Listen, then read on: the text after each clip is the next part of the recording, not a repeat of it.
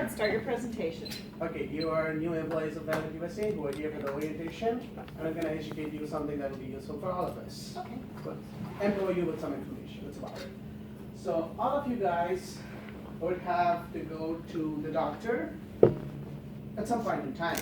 And what happens when each of us visit a doctor's facility, primary care physician, or just a walk-in doctor or something? We use a lot of papers.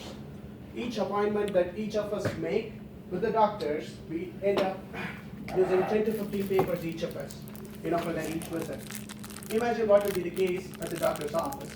Say the doctor visits 100 patients in a week. That's about, 100 patients with 10 papers each, about 1,000 papers.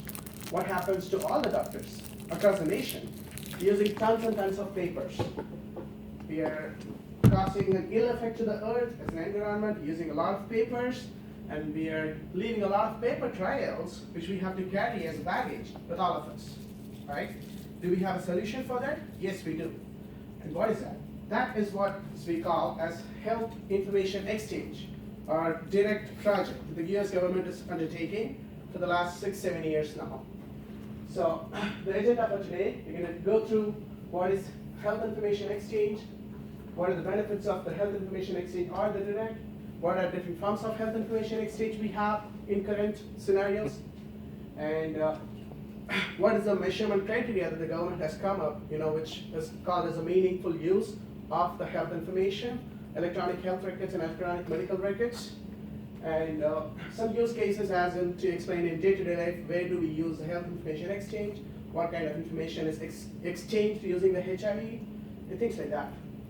So, as I've said, the next few minutes I'm going to empower you all with this kind of information which might come handy every day, right? So our objectives in the next few minutes is going to be understand what is health information exchange and why is it important to me, why is it important to you. Each of us would benefit from this is what I hope. And I'm trying to bring in a little awareness for all of us here in the group about the health information exchange and the Project Direct, and how much of adoption has been happening in the states of, the total United States, and how could we benefit from that? This is what we're going to discuss. So what exactly is HIE, Health Information Exchange? As I've said, few of us might have moved from one city to the other, with this new job, and I might have visited a doctor in my old city. I might want to make a new appointment with a doctor in the new city.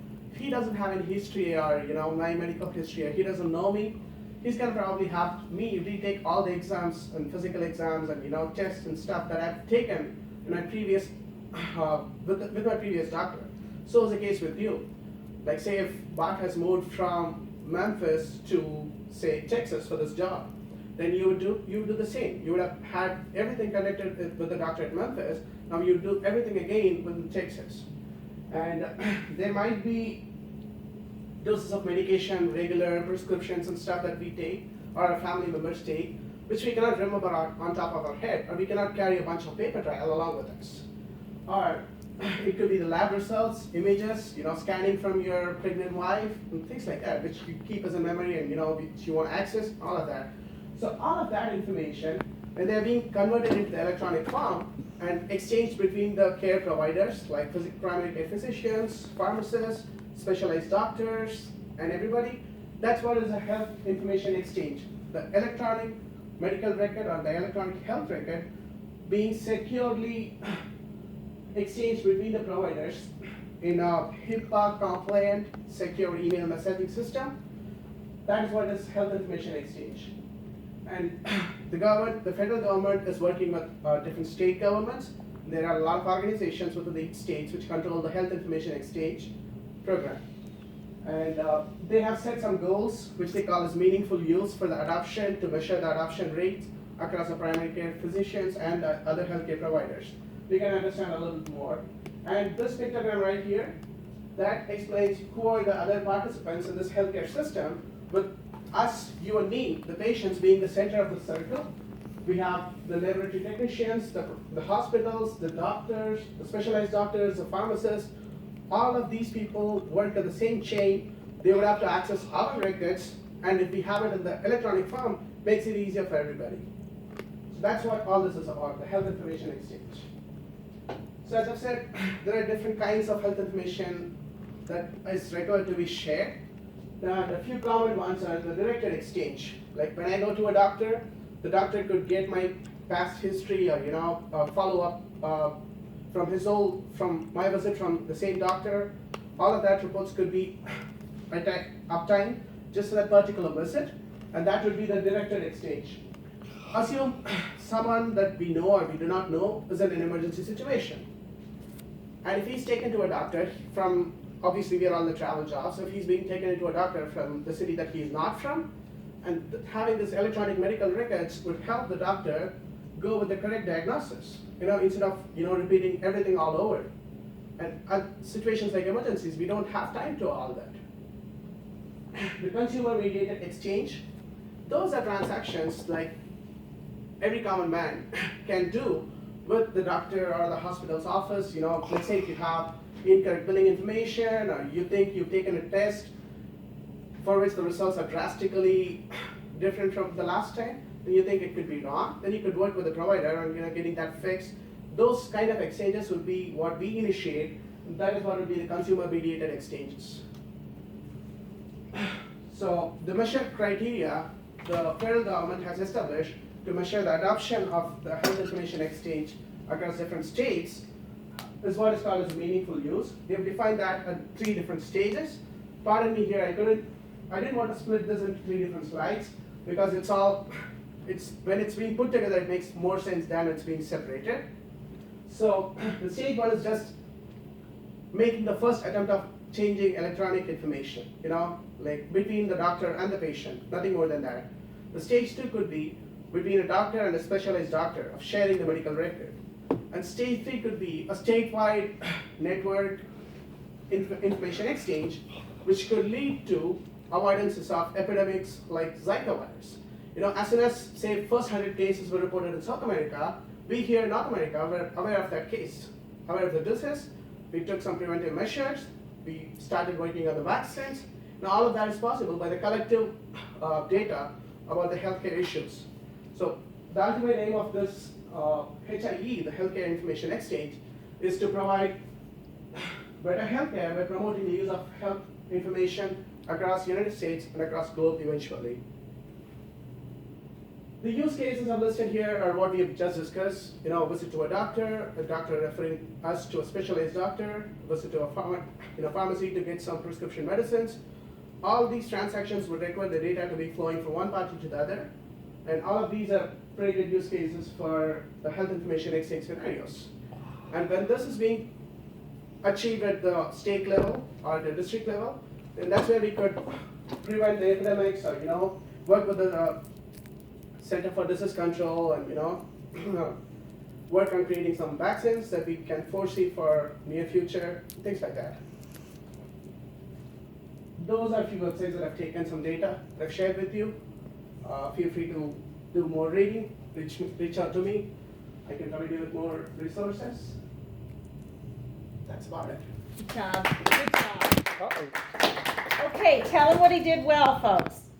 I know it's petty, but the format of the PowerPoint and the colors coincided really good with his personality. I know that's off base. I mean, really and truly, I just it felt. That is awesome. Like you look great in blue. Is what he's saying. Am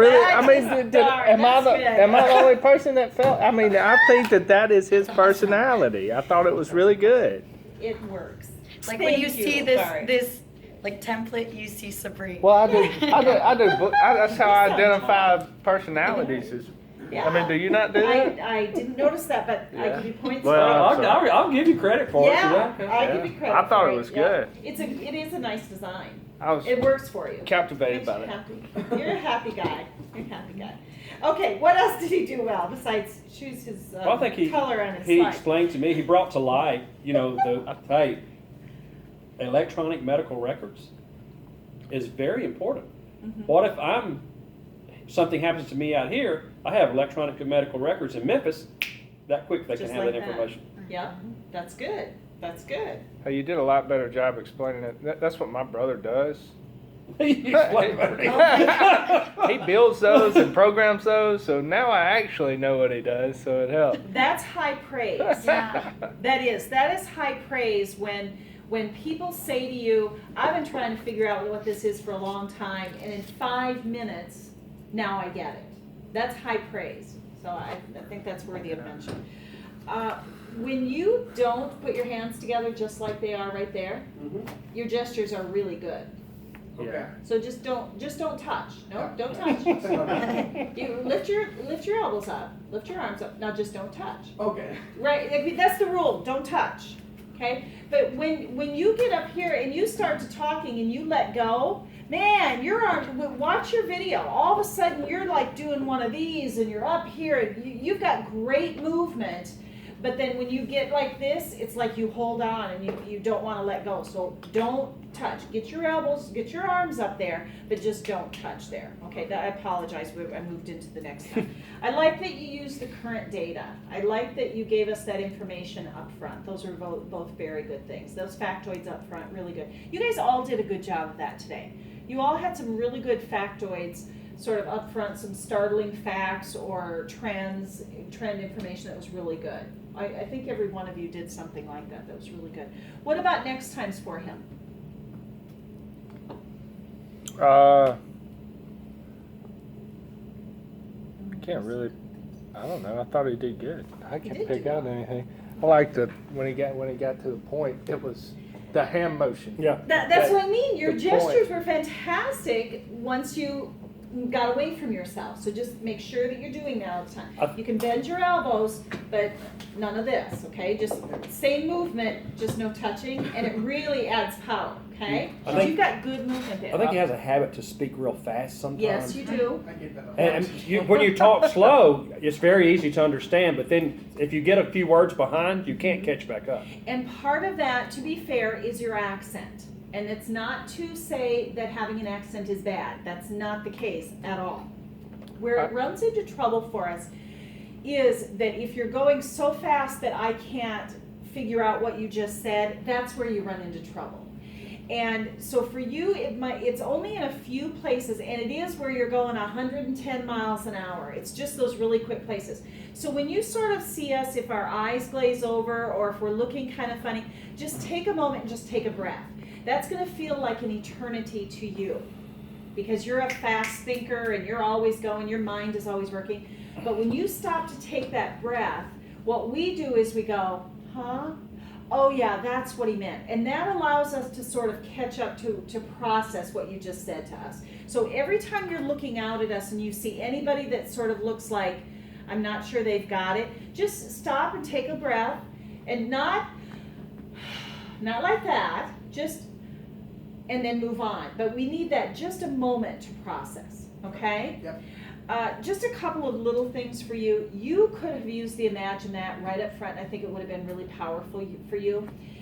Had you started us out and said something like, how many of you travel as part of your jobs? Because tons of people here do. Or how many of you have gone on vacation? Imagine that when you got there, you fell down and broke your leg. Or you had a kidney stone. Or anything. Or your kid fell down. Well, now, what are you going to do? What if there was a system that all you had to do is walk into any emergency anywhere you could, and they just plugged your name, your social security number, and it pulled up that here's your history, and here's what you got, and here's your doctor's name, and here's all the medicine that you're on. Imagine that was there. It is. Here's what you need to know about using this system. Do you see how all of a sudden we go, yeah, that's a great idea. Oh my God, it's here, right here at Valent. So what you're doing is you guys talked earlier today about how good presenters really build that anticipation. That's what you'd be doing. So look for opportunities to say, imagine that, and remember when. Those are two really powerful phrases that you guys could use a lot. The other thing that I wrote down for you, two things. One of them, actually I'll give you three really quick. Smile at us.